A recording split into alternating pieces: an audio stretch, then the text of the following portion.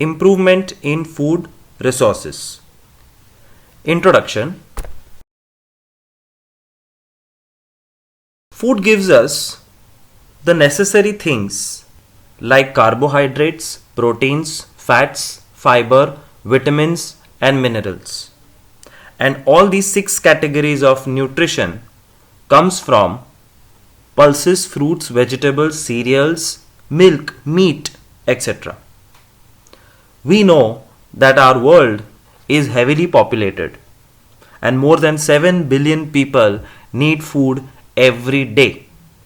And therefore, we have to worry about growing our own food and providing them to people on time. Because of overpopulation, we have to be very careful about growing food. And there are 2 types of food: veg food, agriculture; non veg food, animal husbandry. Plus, milk comes from cows, buffaloes, etc. Therefore, that also comes under animal husbandry. So, agriculture means growing plants, and taking care of animals, which is called animal husbandry. Both are a part of food resources, which we will cover in this chapter.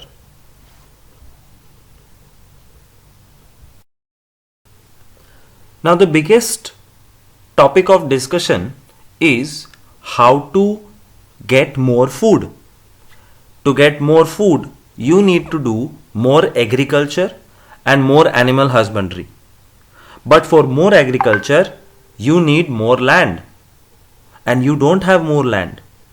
आपके पास 1 एकड़ ज़मीन है, वो next year 5 एकड़ नहीं हो सकती क्योंकि आसपास दूसरे लोगों की ज़मीन है. Buying land does not mean you are increasing the land. तो 1 एकड़ एक ही रहने वाला है. What we have to do is learn how to increase productivity. And productivity increase means increase in efficiency. That is certainly possible. There are 2 types of things which India has achieved in super duper successful manner, which is called the Green Revolution and the White Revolution. So we have increased productivity and efficiency. Green Revolution happened where there was tremendous amount of increase in the amount of wheat. Apart from wheat, other grains were also grown, but in last 30-40 years, India has successfully grown a large amount of wheat and successfully given food to the people of India. And second is White Revolution. Dr. Verghese Kurian, he is also called the milkman of India. He is the founder, creator of Amul. And who does not know Amul? But Amul has changed the lives of crores of people. Amul is a milk cooperative which brought White Revolution in India. And it was beneficial to everybody. But if you read this paragraph carefully, the last paragraph, however, this is heavy use of natural resources and hence it leads to damage to nature also. तो अंधाधुन green revolution और white revolution के चक्कर में damage होने का पूरा possibility है. For example, these people are not mad. They are throwing away milk because nobody is buying milk from them. And why nobody is buying milk from them? Because the prices have drastically reduced because of international problems. So you have to be very careful and maintain a balance in whatever you do. And when I say balance, balance का science में नाम होता है sustainable. Sustainable मतलब एक ऐसी चीज जो जिंदगी भर चलती रहे, कोई प्रॉब्लम नहीं होगा. That is called sustainable. रोज 1 kilometre jogging is sustainable, but रोज 50 kilometre jogging is not sustainable. I can run 50 kilometres, that is called a marathon, but sustainable नहीं है. वो रोज नहीं कर सकते, मर जाएंगे. इसलिए जो भी करो लाइफ में, थिंक कि is it sustainable. Can you continue it forever without damaging the planet? Reading ahead from the slide, we have lot of food, but that doesn't solve the problems. Food खरीदने के लिए people must have money. For money, employment is necessary. Maximum people are employed in agriculture. तो India हमेशा government सबसे ज़्यादा किसको support करती है? एग्रीकल्चर को, फार्मर को, because maximum people in India work on farms and if they have money then only they can buy food. Do scientific management of farms like mixed farming, irrigation, intercropping, crop rotation, proper husbandry, poultry, beekeeping, fishing. मैं इतना fast क्यों पढ़ गया? Because ये सारे topics पीछे आने वाले हैं. So we'll see them in detail one by one. The first topic is improvement in crop yields. What do you mean by crop yield? Yield का मतलब है क्वांटिटी. आप 1 एकड़ जमीन में से 1 किलो राइस उगा सकते हो, 100 किलो राइस उगा सकते हो, या 1000 किलो राइस उगा सकते हो. That's called yield, how much quantity you get. But before we understand how to improve crop yields, we have to understand what category of nutrition comes from which category of food. Cereals gives us carbs, pulses give protein, oil seeds give fat, vegetable fruits gives us vitamins and minerals, and last होता है fodder crops like Sudan grass, barseam and oats. So this photograph wonderfully summarizes it. Cereals, millets, pulses, carbohydrates and proteins मिलता है. Vegetables and fruits, vitamin mineral मिलता है. Oils, fats and nuts से fat मिलता है. And milk and animal foods में से protein मिलता है. Look at this pyramid. This is how your food habit should be. Eat more amount of rice, bread, potato, corn, wheat. They are called carbohydrates, और we should say cereals, जो सबसे ज़्यादा चाहिए. Category number 2, fruits and vegetables, वो भी ज़्यादा चाहिए. Fruits vegetable से क्या मिलता है हमें? प्रोटीन्स ना, कार्बोहाइड्रेट्स ना, विटामिन्स एंड मिनरल्स. उससे नेक्स्ट जो कम मात्रा में खाना चाहिए, that is fish, milk, meat, eggs, cheese, butter etcetera. उससे क्या मिलता है? प्रोटीन. और जो सबसे कम खाना चाहिए, the top of the pyramid, is fats, oil, sugar and salt. वो सिर्फ टेस्ट के लिए होता है, to support the food. That is not the main food. That's the pyramid. So to summarize, we get protein, carbohydrate, fat, vitamin, mineral and fiber from our food, and that is called a healthy and balanced diet. Healthy and balanced diet is required by cows and buffaloes, goats and camels also, and therefore we grow barseam, oats, Sudan grass also, specially for our animals. To do proper agriculture, we need to understand seasons first. And agriculturists, scientists, farmers together have given names to category of crops. So read carefully with me. Rainy season crops are called kharif crops, which are grown from the month of June up to October. And textual examples are paddy, soybean, pigeon pea, maize, cotton, green gram and black gram. ये list सिर्फ याद रखना है. And by the way, do you know what paddy means? Paddy का मतलब होता है rice.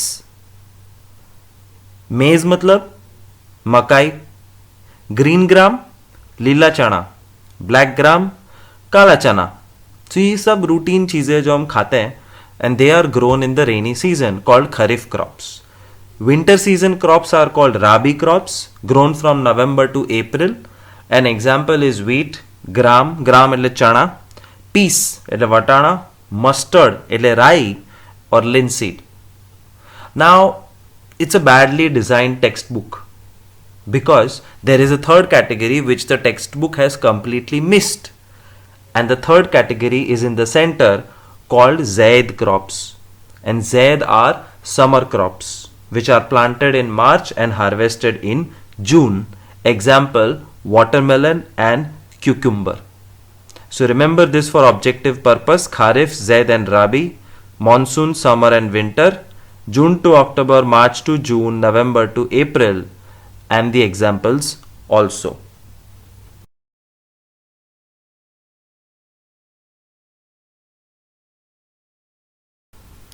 We have already discussed that we cannot increase the amount of land on this planet for agriculture. But what we can do is increase the efficiency, increase production, and that is possible by improving the crop variety. How do you improve crop variety? You start by selecting a good breed. आपके खेत में आपको potato उगाना है. Potato बड़े होने चाहिए कि छोटे? ऑफ कोर्स बड़े होने चाहिए. जितना बड़ा पोटैटो होगा उतना ज़्यादा न्यूट्रिशन मिलेगा, ज़्यादा खाना मिलेगा. So you have to select the correct breed variety. Second thing, you have to select disease resistant variety. दो टाइप के क्रॉप्स अवेलेबल है, लेट्स से वाटरमेलन के. एक वाटरमेलन जो बहुत ही बड़ा और बहुत ही जूसी होता है, और दूसरा थोड़ा छोटा और थोड़ा कम जूसी होता है. कौन सा सिलेक्ट करोगे? Naturally the big and the juicy one, but the big and the juicy one is not disease resistant. इसका मतलब उसको डिसीज जल्दी लग सकती है. क्या तुम्हें वो रिस्क लेना है? नहीं. As a farmer you should not take that risk. Therefore you should compromise on quality slightly, but disease resistant is an important factor. तुम्हें वीट उगाना है. एक वीट है जो बहुत फास्ट उगता है, एक स्लो उगता है. तो तुम फास्ट लोगे या स्लो? तुम बड़ा वीट लोगे या छोटा wheat? There are lot of questions in agriculture and those answers are based on case to case basis. It depends कि आप कहाँ पे हो, आप क्या खेती कर रहे हो, etcetera. So we will see this in detail. फिलहाल reading from the slide. Crop variety improvement is done by selecting good breed which are disease resistant, they respond well to the fertilizer, and they have high yields. And the first technique with which we do crop variety improvement is called hybridization. Hybridization का मतलब है crossing between plants. The shortest 3-word definition, crossing between plants. और उसमें 3 variety है: inter varietal, inter specific, inter generic. Inter varietal मतलब 2 अलग variety लेने की सेम चीज की. कभी मम्मी को पूछना खीरा और ककड़ी में क्या फर्क होता है. कॉमन मैन के लिए सेम है, मुझे तो खाने से मतलब है, बट खीरा और ककड़ी 2 अलग चीज है, 2 अलग वैरायटी है. खीरा अगर स्वीट है, ककड़ी बहुत बड़ी है लेकिन स्वीट नहीं है, तो हम खीरा और ककड़ी के प्लांट को मिक्स करेंगे and we'll try to get a combination जहां पे the next generation is big also and sweet also. That's called inter varietal hybridization. 2 बहुत सिमिलर प्लांट्स को मिक्स करके नेक्स्ट जनरेशन और बेटर करने की कोशिश करना. Interspecific hybridization is crossing between 2 species, not varieties, 2 species. जैसे रेड कैप्सिकम और ग्रीन कैप्सिकम 2 अलग स्पीसीज हैं. इन दोनों को मिक्स करके ऑरेंज कैप्सिकम बनाने की कोशिश करना इज कॉल्ड इंटरस्पेसिफिक हाइब्रिडाइजेशन. और सबसे डिफिकल्ट होता है इंटरजेनेरिक हाइब्रिडाइजेशन. इंटरजेनेरिक हाइब्रिडाइजेशन में 2 जेनेरा और genus are mixed and we try to improve the plant and get a new plant. और उसका एक एग्जांपल मैं देता हूं, अ प्लांट कॉल्ड पोमैटो. सुना है कभी? टोमेटो सुना है, पोटैटो सुना है, बट टोमेटो और पोटैटो को मिक्स करके बनाया pomato. Unbelievable, but it is there on this planet. And that is because of intergeneric hybridization. Now, as such, it is not allowed and very close to illegal to intervarietal, interspecific, interhybridize animals. But I'm going to show you some classic examples where people have done it. I don't know with or without permission, but you can see that this photo is tigon, male tiger, female lion. This is zonkey, zebra plus donkey. This one is called leopon, male leopard and female lion. The next one is liger, male lion and female tiger. This one is called zebroid, which is zebra plus other cousin. And this one is called a savanna cat.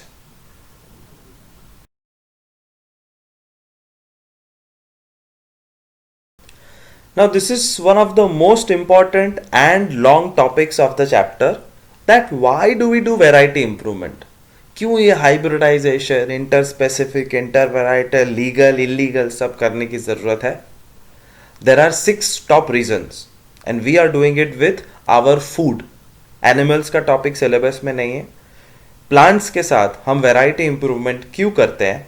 There are 6 top reasons listed here. High yield, improved quality, biotic abiotic resistance, change in maturity duration, wide adaptability and desirable agronomic characters. So one by one we will take them individually and try to understand. We do all the experiments for high yield. बहुत simple है. High yield मतलब more crop per acre of farm.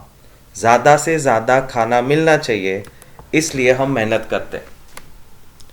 Second reason why we do variety improvement is for improving quality. What quality? Text book का example है to improve baking quality of wheat, to improve the amount of proteins in the pulses, to improve oil quality of oil seeds, to improve preserving quality of fruits. I mean look at apple. जब मैं छोटा था, I am talking about 25 years ago, तब जब Apple खरीद के लाते थे तो वो 4 या 5 दिन टिकते थे. From the 5th day they started to become rotten. But आज आप अच्छी क्वालिटी के एप्पल लेके आओ, they will last for 20 days. Why? We have experimented with the plants and improved its quality. Third reason, biotic and abiotic resistance. हमें चाहिए कि हमारा प्लांट हर हालत में जिंदा रहे. Biotic resistance means ability to fight with insects, bacteria, virus, nematodes etcetera. तो insect से लड़ो, बैक्टीरिया से बचो, वायरस से लड़ो. निमेटोड आर वर्म्स, जिससे प्लांट्स को फाइटिंग कैपेसिटी होनी चाहिए. इसलिए हम एक्सपेरिमेंटेशन करते हैं वो इंप्रूव करने के लिए. And second is abiotic resistance. Abiotic resistance means ability to fight drought. पानी नहीं है, प्लांट मर गया. सलाइनिटी, एक्स्ट्रा सॉल्ट, प्लांट मर गया. वाटर लॉगिंग, पानी भर गया खेत में, प्लांट मर गया. एक्स्ट्रा हीट, प्लांट मर गया. एक्स्ट्रा कोल्ड, प्लांट मर गया. Frost which is frozen, plant मर गया. और हमें नहीं चाहिए कि हमारे प्लांट मर जाए, because we have 7 billion people to feed. And that's why we are experimenting to create resistance. ठंडी, गर्मी, बारिश, धूप, सबसे हमारा प्लांट लड़ सकता है. That is the third reason. Fourth reason is change in maturity duration. Change in maturity duration बहुत सिंपल है.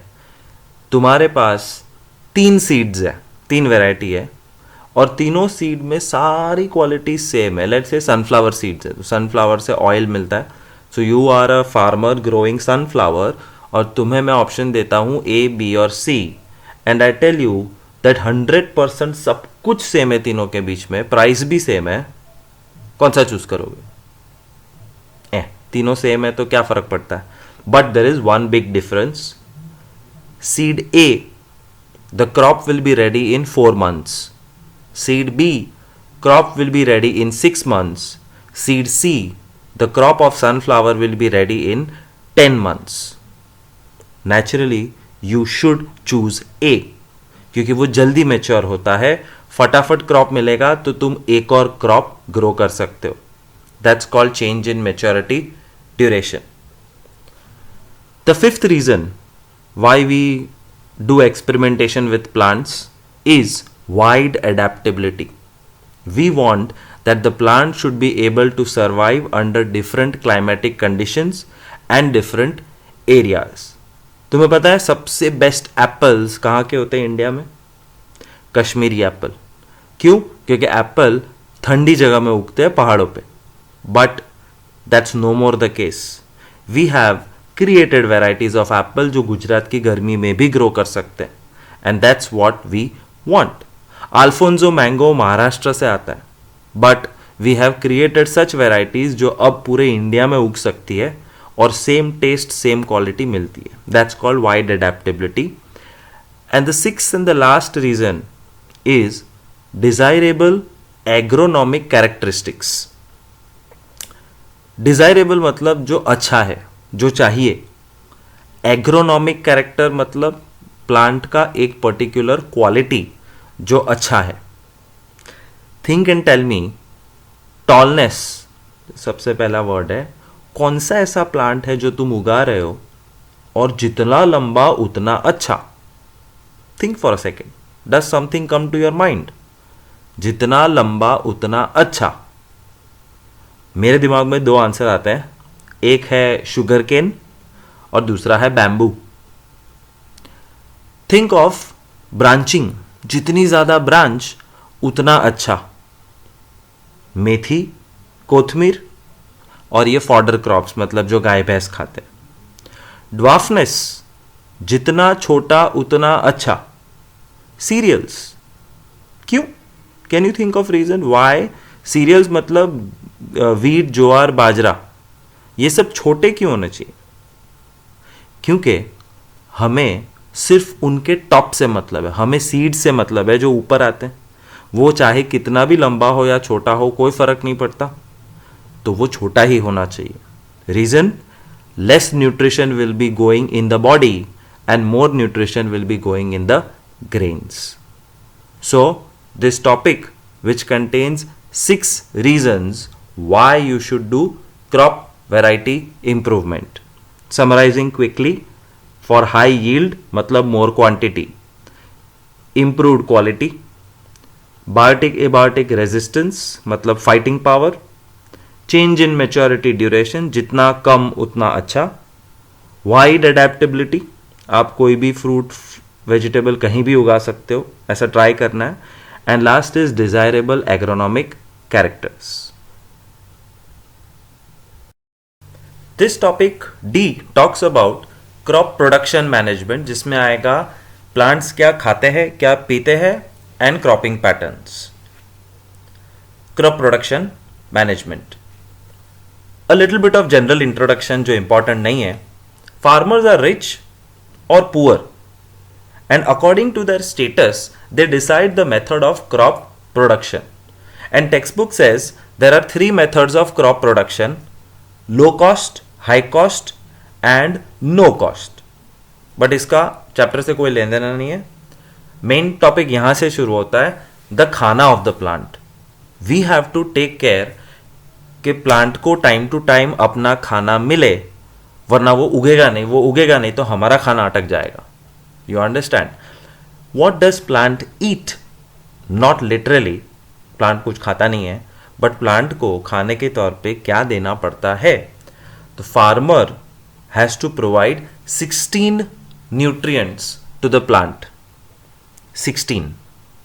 And look at the table carefully. Air supplies the plant with carbon and oxygen. Do you know in which form?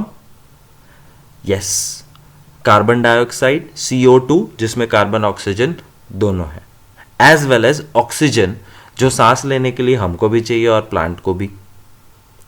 पानी क्या देता है plant को? Water is able to provide hydrogen and oxygen. Naturally, पानी का formula है H2O, तो पानी क्या देगा? H and O. And soil is the most important food source for the plant. Plant को सॉइल में से कौन सा खाना मिलता है? मैक्रो माइक्रो वर्ड देखो. Macronutrients are nitrogen, phosphorus, potassium, calcium, magnesium, sulphur. ये बाय हार्ट करना पड़ेगा. And micronutrients are iron, manganese, boron, zinc, copper, molybdenum and chlorine. These are total 13 macro micronutrients. Macro का मतलब होता है ज्यादा क्वांटिटी में चाहिए और माइक्रो का मतलब कम क्वांटिटी में चाहिए. सो air, water, soil together provides 16 elements to the plant, out of which 2 are supplied by air, 2 by water and 13 by soil. 2, 2, 13. 2 plus 2 plus 13, 17. लेकिन एक्चुअली तो 16 होता है. टेक्स्ट बुक में भी पढ़ोगे तो यहाँ पे सेंटेंस भी लिखा है 4th लाइन में, there are 16 nutrients which are essential for the plants. ऐसे कैसे हुआ? खुद सोचो. How to provide this 16 nutrients? तो हवा और पानी में से तो जो आता है वो अपने आप होता है. फार्मर सॉइल की चिंता खुद करता है. And how does farmer take care of the soil? By adding manure. Manure contains large quantity of organic matter and small quantity of nutrition. मतलब ये पापड़ जैसा है. 10 पापड़ भी खा लो लेकिन पेट नहीं भरेगा, और पेट भरने के लिए बहुत ज़्यादा quantity of papad you have to eat. So manure is something which is required in large quantities and gives less nutrition. Second sentence, it is made up of animal excreta and plant waste. It increases soil fertility. It improves soil structure. It increases water holding capacity. See, तुम जब पानी डालते हो खेत में तो पानी सीधा अंडरग्राउंड पहुंच सकता है. इसका मतलब तुम्हारे प्लांट्स मर जाएंगे. पानी निकल गया नीचे, और नीचे जाने से पानी को कैसे रोकने का? You add manure so that your farm holds the water, does not allow the water to go down. It improves drainage. कभी कभी पानी को बाहर निकलना होता है तो अलग टाइप का मैन्योर आता है which helps to remove water from the ground. It avoids water logging. पानी जमा हो जाता है, वो उससे बचाता है. And there are 2 types of manure, compost and green manure. So let us look at 2 types of manure, compost and green. Compost का दूसरा नाम है वर्मी कंपोस्ट, और उसके इंग्रेडिएंट्स क्या है? इट्स लाइक मिक्सिंग, इट्स भेल बनाने जैसा है. ज़मीन के अंदर खड्डा खोद के सब कुछ डालते रहो और 2-4 महीने छोड़ दो, वो अपने आप वर्मी कंपोस्ट बन जाएगा. Now what does vermi compost contain? Livestock excreta, मतलब छीछी पीपी of animals. Vegetable waste, animal refuse, जो जानवर खाते नहीं है, जो बच जाता है, वो सब इसमें डाल दो. डोमेस्टिक वेस्ट, घर का कचरा. सीवेज वेस्ट, मतलब गटर का कचरा. स्ट्रॉ, मतलब घास. Weeds, unwanted plants. And earthworms. ये पूरा कॉम्बिनेशन को अर्थ के अंदर बनाओ तो वर्मी कंपोस्ट बनता है, which is natural organic manure. And second is called green manure. Now what is green manure? Green manure is a wonderful technology, if you would like to say so, but इसमें कोई technology नहीं है. Assume करो कि तुम्हारे main crop को grow करने में अभी 2-3 महीने की टाइम है. Your farm is empty and there is 2 to 3 months of time for the next crop to grow. तो 2 या 3 महीने लैंड को खाली मत रखो. Grow leguminous plants. लेग्यूम्स मतलब मूंग, मठ, pulses. Legumes are very rich in nitrogen and this nitrogen is required for the next crop. तो हम क्या करते हैं, हमारी स्ट्रैटेजी ये है that for 2 or 3 months we grow leguminous plants and let them grow properly. लेकिन वो प्लांट हमारा टारगेट है ही नहीं. What we do is once the correct time for our main crop comes, we destroy the legumes. You can see here a tractor is running over crops, पूरा मार डाला वहीं के वहीं, and this dead plant is going to become rich manure. Here also the tractor is removing the entire plants and mixing it in the soil, and this technique is called green manure, which is very rich in nitrogen and phosphorus. Manure का exact opposite fertilizer. Manure is natural, fertilizer is made in factories. Manure has less nutrition, fertilizer is very rich and supplies NPK, nitrogen, phosphorus, potassium. Manure को कैसे भी use करो आप नुकसान कर ही नहीं सकते, कुछ भी करो, you can not damage the crop by using manure. But fertilizer अगर ध्यान से नहीं यूज किया तो पूरा क्रॉप बर्बाद हो सकता है. So you have to apply it carefully, proper dose, proper time, pre application, post application, बहुत सारी प्रोसीजर फॉलो करनी होती है, including your own health, because it's a chemical. You have to carefully use fertilizer, otherwise it creates soil and water pollution. Non-stop use of fertilizer will destroy the soil's fertility. And therefore, in long term, manures are better than fertilizer. They always ask difference between manure and fertilizer. So keep in mind that what you are going to write. There's a small paragraph on organic farming. Fertilizers, insecticides, pesticides, chemicals इतने खराब होते हैं that there is a group of farmers who have started doing agriculture without using a single chemical. एक भी chemical use किए बगैर farming को कहते हैं organic farming. And organic farming must use the following things. Number 1, organic manure. Number 2, recycled farm waste. 3, bioagents like blue-green algae. 4th, neem and turmeric as biopesticides. देखो insect तो आने वाले हैं प्लांट्स के पास और प्लांट को डैमेज करेंगे ही, but instead of spraying a chemical use neem and turmeric. मच्छर भगाने के लिए ऑल आउट और ओडोमस जैसे केमिकल यूज करने की जगह you can burn Neem leaves and see what happens. Likewise a healthy natural option. And 5th thing, healthy cropping systems have to be used in organic farming. So what is organic farming and what to do can be a small topic. It is here. Irrigation. तो अब तक हम चिंता कर रहे थे इस topic में कि प्लांट क्या खाएगा. अब हम चिंता करते हैं प्लांट क्या पिएगा. हमारे जैसा तो है नहीं कि उसको कोक पेप्सी चाहिए रोज रोज. Plant only needs one thing to drink and that is water. Water comes from monsoon. India depends on monsoon for water. और अगर monsoon बराबर नहीं आया तो crop failure guaranteed. Therefore, we have to do something. We cannot depend on monsoon because I'm saying again and again we are 7 billion people on the planet. बारिश की राह देखेंगे तो खाना कम पड़ जाएगा. तो क्या करें? Number 1, dig wells. And wells are of two types. Dug well, which are shallow and less used. Dug well मतलब वो गांव का कुआं जिसमें गिर सकते हो. And second is tube well, which are very deep और जिससे पंप से पानी बाहर आता है. The bore well which we use in Ahmedabad. Second option to provide water to the plants is canals. We are lucky we live in Ahmedabad where we have seen canal many times.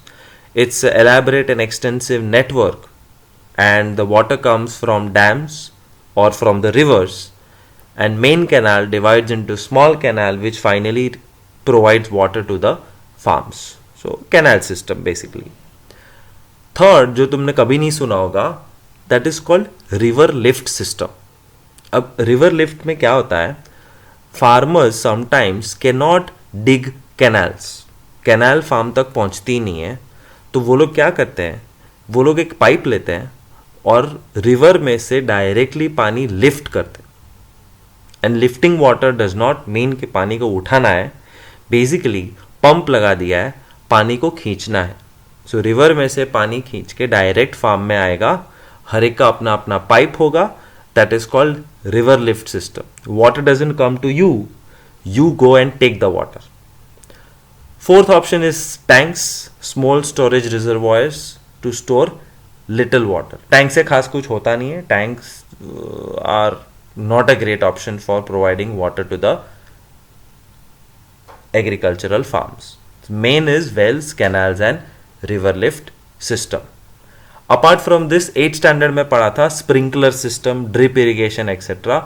But all that has been removed from this chapter. It's no more a part of your syllabus, so you don't have to worry much.